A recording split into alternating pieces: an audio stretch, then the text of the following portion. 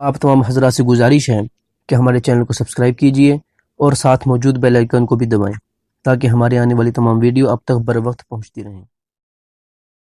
اعوذ باللہ من الشیطان الرجیم، بسم اللہ الرحمن الرحیم۔ السلام علیکم ناظرین، میں ہوں محمد ابراہیم اور آپ دیکھ رہے ہیں ہسٹوریکل ورلڈ۔ اس سے پہلے ہماری ویڈیو تھی کہ حجاج بن یوسف نے محمد بن قاسم کو کیا کیا خط لکھے اور کس طریقے سے حکمرانی کرنے کا مشورہ دیا۔ اب یہ اسی کی اگلی کڑی ہے فتح ہند کے بارے میں کہ ہندوستان کے سب سے پہلے فاتح محمد بن قاسم صرف 3.5 سال اسی نواح میں رہے۔ اس قلیل عرصے میں انہوں نے پورا ملک، سندھ اور پنجاب وغیرہ کے بہت سے حصوں کو فتح بھی کیا اور اسلامی اور شرعی نظام کے ماتحت ایک نہایت مستحکم اور قابل تقلید سلطنت بھی قائم کر دی۔ 93 ہجری میں وہ اس طرف آئے اور 95 ہجری میں فتح سندھ کی تکمیل ہوئی۔ فتح سندھ کے بعد نظام خلافت میں ایک گونا اختلال ہو جانے کے سبب محمد بن قاسم کو مزید پیش قدمی سے روک دیا گیا اور سلطنت سندھ کے استحکام اور اس میں نظام شرعی کی ترویج پر ان کی تمام تر توجہ منعطف کر دی گئی۔ اس کے بعد ہندوستان پر مختلف دور آئے، لیکن مسلمانوں نے 300 برس تک پھر ہندوستان پر کوئی حملہ نہیں کیا۔ تقریباً 300 برس اسی حال پر گزر گئے۔ 4 صدی ہجری کے وسط میں سندھ کا نظام حکومت بالکل معطل ہو گیا۔ کچھ ہندو راجاؤں نے قبضہ کر لیا اور کچھ قرامطہ نے تسلط جما لیا۔ ملتان کا تخت قرامطہ کے قبضے میں چلا گیا۔ پنجاب کے راجہ قرامطہ کو ہر طرح کی امداد دے رہے تھے۔ ایک اہم واقعہ، ایک سپاہی تھا فوج کا جس کا نام سبکتگی تھا۔ گھر میں بہت تنگی تھی۔ اس کے پاس ایک گھوڑا تھا جس پر کبھی کبھی سوار ہو کر یہ شکار کھیلنے چلا جاتا تھا۔ شکار مل جاتا تو گھر میں کچھ کھانا پینا ہو جاتا، نہ ملتا تو گھر میں فاقہ ہوتا۔ ایک مرتبہ یہ شکار کی نیت سے جا رہا تھا کہ اس نے ایک ہرنی کو دیکھا جس کے ساتھ چھوٹا سا بچہ تھا۔ اس نے اپنا گھوڑا اس کے پیچھے جو بھگایا تو ہرنی تو بھاگ گئی مگر چھوٹا بچہ نہ بھاگ سکا، تو اس نے اس بچے کو پکڑ لیا۔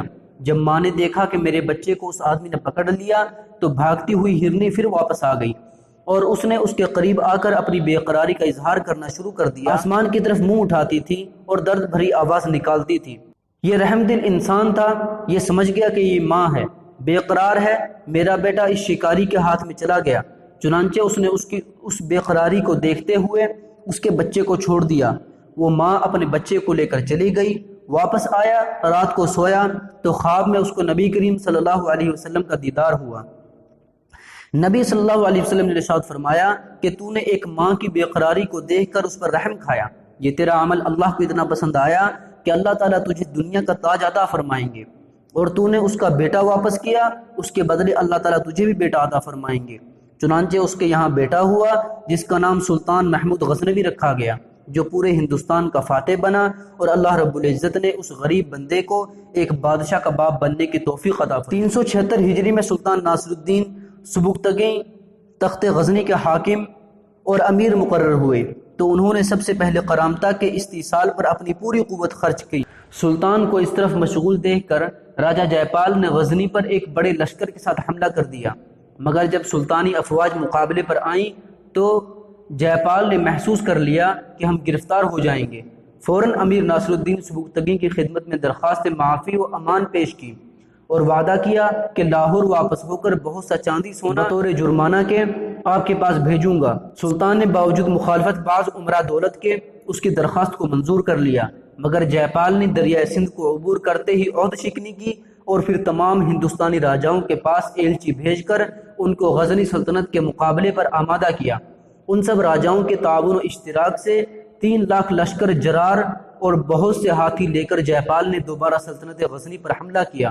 مقام لمغان پر، جس کو اب جلال آباد کہا جاتا ہے، یہ معرکہ ہوا۔ اس معرکے میں جے پال اور اس کے ساتھی شکست کھا کر بھاگے اور اب ہندوستان آ کر پورے ہندوستان کی طاقتوں اور ہندو عوام کو ملا کر سلطنت غزنی کو ختم کر دینے کا منصوبہ گانٹھا۔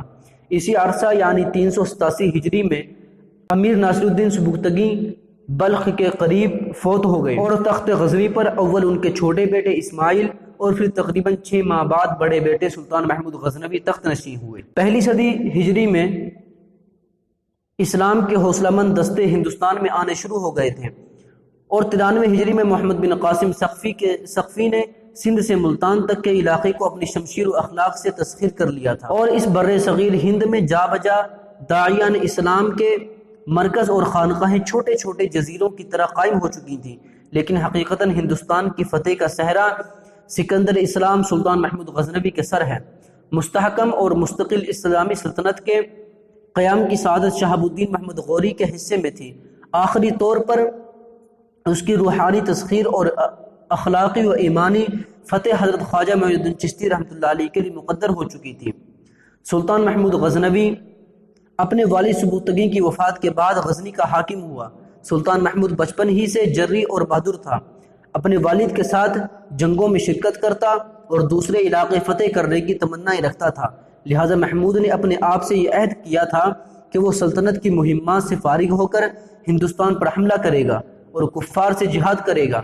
چنانچہ اس ارادے کو عملی جامہ پہنانے کے لیے وہ شوال 391 ہجری مطابق 1000 عیسوی میں 10,000 فوجیوں کے ساتھ غزنی سے پشاور آیا۔ راجہ جے پال بھی ایک زبردست لشکر کے ساتھ محمود کے مقابلے پر نکلا۔ دونوں حکمرانوں کے لشکر آپس میں معرکہ آرا ہوئے۔ فریقین نے بڑی مردانگی اور دلیری سے ایک دوسرے پر حملہ کیا۔ سلطان محمود غزنوی کو ہی ہوئی۔ اس طرح وہ اسلامی فاتح ہونے کی وجہ سے محمود غازی کے نام سے مشہور ہوا۔ اس معرکے میں بہت سا سامان و اسباب بطور غنیمت محمود کے ہاتھ لگا اور اس کے بعد غزنی واپس لوٹا۔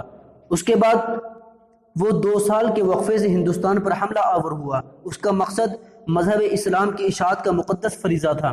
اس فتح کے نتیجے میں کفر ذلیل ہوتا اور اسلام فروغ پاتا تھا، اور مال غنیمت بھی بہت ہاتھ آتا تھا۔ جن شہروں کو فتح کیا ان شہروں میں سے بہت مال غنیمت ہاتھ لگا، کافی مقدار میں رقم جمع ہو گئی، تو اپنے دارالسلطنت غزنی میں ایک عالیشان مسجد تعمیر کرنے کا پلان تیار کیا، اور یوں کہنے لگا، میری زندگی کا مقصد تیرے دین کی سرفرازی، میں اسی لیے مسلمان، میں اسی لیے نمازی۔